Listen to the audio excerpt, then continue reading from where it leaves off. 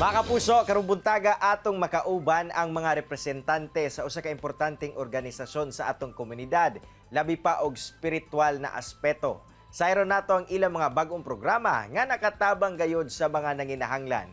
Di na nato dugayon pa atong makauban si Sir Rudy Calva, ang ANCOP Head of Misamis Oriental, ug si Sir Gino Makapayag, ang Provincial Area Director sa CFC o Couples for Christ. Sir Rudy ug Sir Gino, good morning and welcome dinhi sa At Home with GMA Regional TV. Kumusta mo karong buntaga? Maayong buntag, Brother Cyril, ug mga kapuso sa Mindanao, maayong buntag kaninyong tanan. Okay, may buntag usab, Sir Cyril, ug labi na sa atong paminaw karon sa Kapuso Mindanao, maayong buntag kaninyong tanan. Nako, we are glad nga makauban mong duha this morning. Pero tuod, Sir Rudy ug Sir Gino, give us a little backgrounder para nasab sa mga kapuso kung unsa ba gayon ang tumong aning grupong CFC ug ANCOP. Brother Cyril, kining CFC susama ni sa lain-lain kagkahugpungan sa Katoliko nga simbahan, kining gitawag og Couples for Christ. Mao kini ang among gipunting sa kining building the church for the home. Aron sa pagpalambo sa relasyon sa bana ug asawa, lakip na sa iyang tibuok pamilya. So mao ning Couples for Christ naglangkob ni sa lagkalain-lain nga ministry. Sa mga bata, natay gitawag og Kids for Christ. Sa mga youth or mga batanon, gitawag po nato nag Youth for Christ. O sa mga hingkod-hingkod ng mga dalaga o litao, gitangag og Singles for Christ. O maminyo na sila, mao na dadayon ang Couples for Christ. Ang uban dayon, katong wala na partner sa kinabuhi, oto sila ang gitawag og handmaid of the Lord. O ang mga lalaki po, servant of the Lord.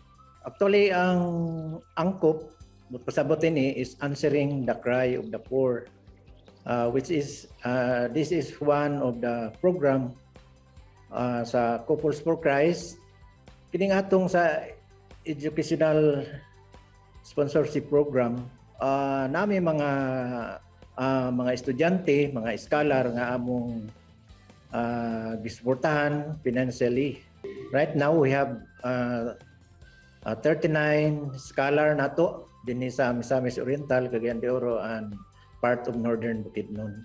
Nako, di gayud basta-basta ang mga proyekto nga inyong ginahimo gayud di ay nga nakatabang sa atong katilingban. Pero sir, unsa ba ang mga latest projects nga inyong giandam karon nga nakita gayud ninyo nga nakahatag og maayong epekto ngadto sa inyong mga gitabangan? Actually, ang dako nga kalipay sa matag usa nga makatabang ta, dako kayo nga accomplishment sa matag usa. Daghan gid kayo mga kabos nga mga kabataan. Actually, nagsugod ni dinhi sa among area si Misamis Oriental kining child sponsorship program katong scholarship. Sadyang nahiagom ang Misamis Oriental, Cagayan de Oro sa Bagyong Sindong. Daghan kay nga displays, daghan kay dito daghan nag-abot ang mga tabang financial. Wala lamang nagpunting sa mga members sa Couples for Christ. Of course, daghan yun ang priority ang mga kabus natong membro, pero daghan gani dili members sa Couples for Christ nga nahimong beneficiary aning scholarship sa ANCOP. Alright, this time around, Sir Rudy o Sir Gino, tagaan ta mo og chance to invite our Kapuso viewers all over Mindanao nga moapil sa mga proyekto nga inyong giandam.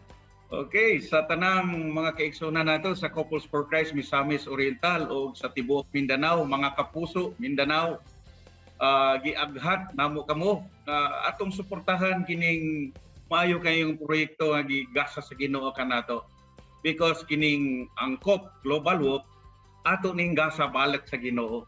Tungod sa daghan kayong grasya nga gihatag sa Ginoo ganimo kanimo kanako, ato gining ibalikan niya pinaagi sa mga ginagmayng butang kining atong pag-participate, pag-register kay kini mahimo kining tuition o gasto sa mga kabataan nato. Daghang salamat Sir Rudy ug Sir Gino sa inyong oras nga gihatag diri sa At Home with GMA Regional TV. More power alang kaninyo. Daghang salamat. Daghang salamat. Thank you very much. Mga kapuso, standby lang mo kay mo balik pa ang At Home with GMA Regional TV. Kini ang At Home with GMA Regional TV.